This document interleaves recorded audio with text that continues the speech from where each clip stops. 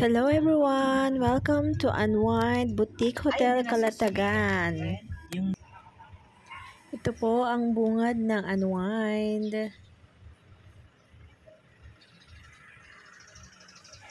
Dito po yung kanilang receptionist. Dito ka mag-check-in at dito ka rin mag-check out. Napakaganda po sa loob. Ano po siya, lumang bahay. At pwede rin po dun sa taas mag-check-in. Diyan po yung kanilang reception area. Meron din silang pambungad na drinks. Napakalamig na pomelo juice na may lemon. Cheers! Cheers!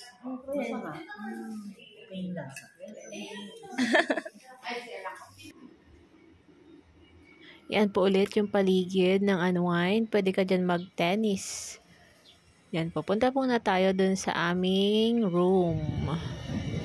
Ayan. Pwede kang kumain po dyan sa taas dyan. Kasi katabi lang po namin yung restaurant. Yan po sa tabi niyan. Fresh air. Nakabukas pala. Ito po ang aming kwarto, napakalawak, for 5 packs, pwede rin hanggang 10 packs po yata dyan.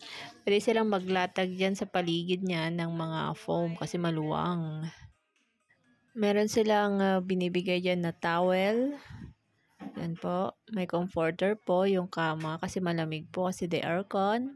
At yung vault, may vault pa sila dyan para kung sakaling aalis kayo for activities, pwede nyong ilagay yung mga valuable things nyo doon kung hindi nyo gustong kunin. Yan po, may TV rin po siya, napakalit nga lang. At yan po, yung kanilang CR, napakaluwang. At saka may bathtub pa with shower.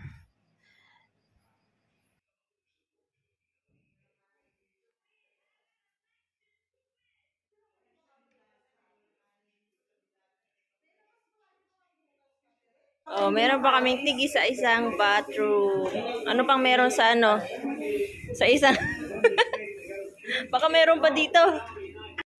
Libot na po tayo dito sa loob ng Unwind. Tingnan po natin yung mga activities na pwedeng gawin. Pwede kayong mag-bike, yan po.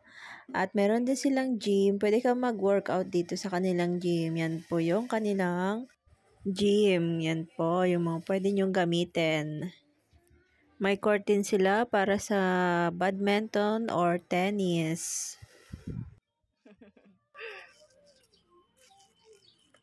Cute.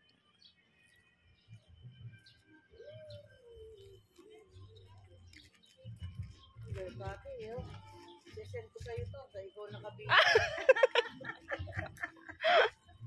Hindi ko naman ma-video ng ano eh. Puntahan din natin yung kanilang mga A-house. Hindi kami doon na pinabook kasi mga dala-dalawa lang daw po yung pwede. Kasi 5 kami kaya isang kwarto na lang para mas tipid at mas masaya para sama-sama. Ayan po, ganyan po yung mga A-house nila. Na-curious kami kaya sinilip po namin yung isang A-house na nakabukas kasi may nag-check out na po dyan. Ayan, at sinilip po namin. Walang gamit na ano.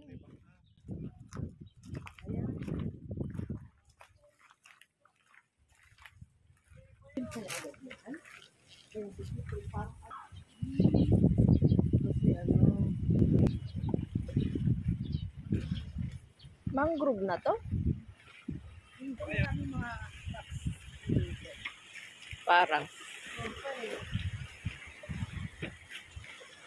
Hindi, may 15 minutes drive daw ng kotse. Kaya ano tayo lalabas. Ano? Doon nga siguro sa pinuntahan namin. Parang may tubig na white sa pero may parking namin. Yung muna. Puntahan na po natin yung kanilang swimming pool.